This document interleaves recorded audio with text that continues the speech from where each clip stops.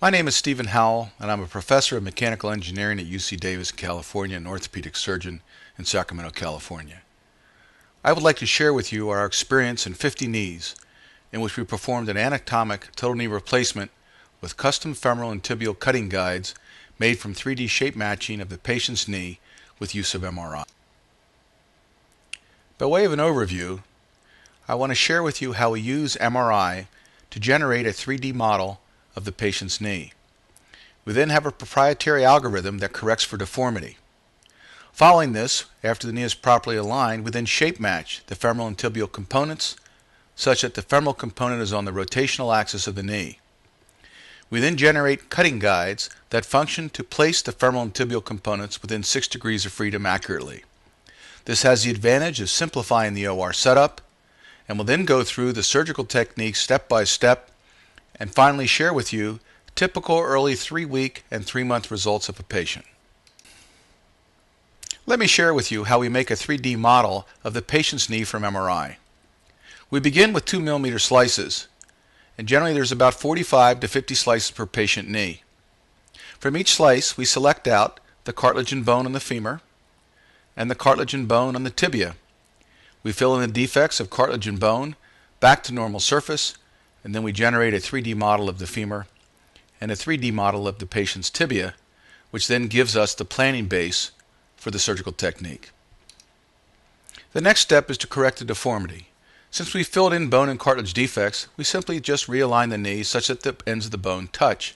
This then realigns the knee in the varus valgus orientation back to the way the patient's knee was before the wear took place. We then shape match the components. We have proprietary software that places the femoral component on the rotational axis of the femur and aligns the tibia component to the tibia as well. We check the position of these implants on the anterior view, on the medial view, on the lateral view, and on the posterior view, ensuring proper placement in the computer. From the shape match knees, we then generate 6 degree of freedom custom cutting guides. For example, we know on the femur where the cut plane has to be to place the femoral component in the way that we planned it in the computer. To translate this position to the operating room, we then generate a 6 degree of freedom custom cutting guide that mates to the arthritic surface of the patient's femur. The distal cut plane sets proximal distal, flexion extension, varus valgus.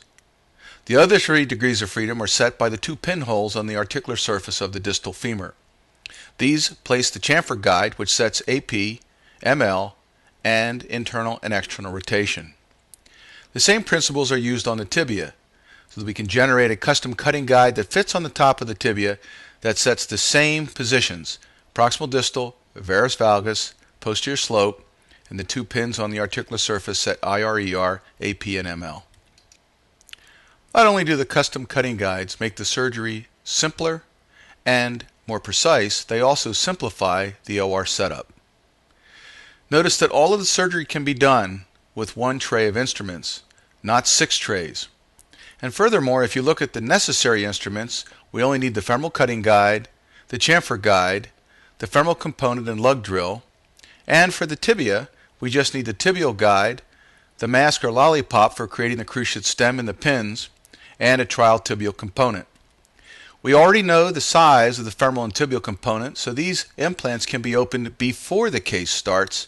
The only thing we have to adjust for is the tibial liner, and we usually like to have the 3 smallest sizes. Let me share with you a case study. This is a patient with a right varus knee. On goniometric measurement, in the resting position non-weight bearing, it has 2 degrees of varus. Of course, it compresses more into varus with weight bearing. It has also a 5 degree flexion contracture, and flexion is limited to 114 degrees. The weight-bearing radiographs reveal bone-on-bone deformity of the medial hemijoint, and the lateral projection shows relatively normal-looking articular surface on the distal femur with no posterior osteophytes. Just as measured in the operating room, on radiograph the knee is in about 2 degrees of varus.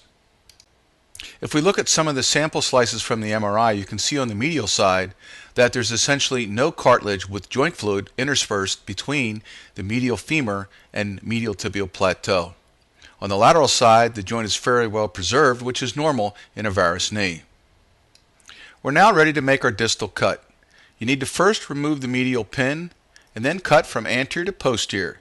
The guide's narrow enough that you can see the margins of the bone, and you can direct the saw and comfortably do it under direct vision. Once you've completed the medial saw cut, replace the medial pin, remove the lateral pin, and then complete the lateral saw cut. It's now important to check the distal cut. Notice that you remove much less bone with the Otis Med cutting guides than you do with traditional instruments. This will not affect your ability to regain full extension in the knee. Make sure that you check the cut surfaces flat, and you can check the thickness of the bone and make sure that it matches the recesses in the guides, which confirms that the guide was properly seated when you did the saw cuts. Make your tibial cut. You want to begin your saw cut from anterior to posterior on the medial side, and then swing the saw blade posteriorly and then around anteriorly to the lateral side to complete as much of the cut as possible through the saw slot. The guide then needs to be removed, and we then use the saw slot as our saw guide, if you will, to complete the sawing on the anterior and lateral side. You then prepare your patella as you normally would, and then cement your components. Sometimes when you insert the components, you can actually create a little extra gap requiring you to go up one size in your tibial liner. So we'll always recheck after we cement our components the stability with the tibial liner, and occasionally have to go up one size. If we look at the final exam, the surgery was done through a 4-inch MIS incision.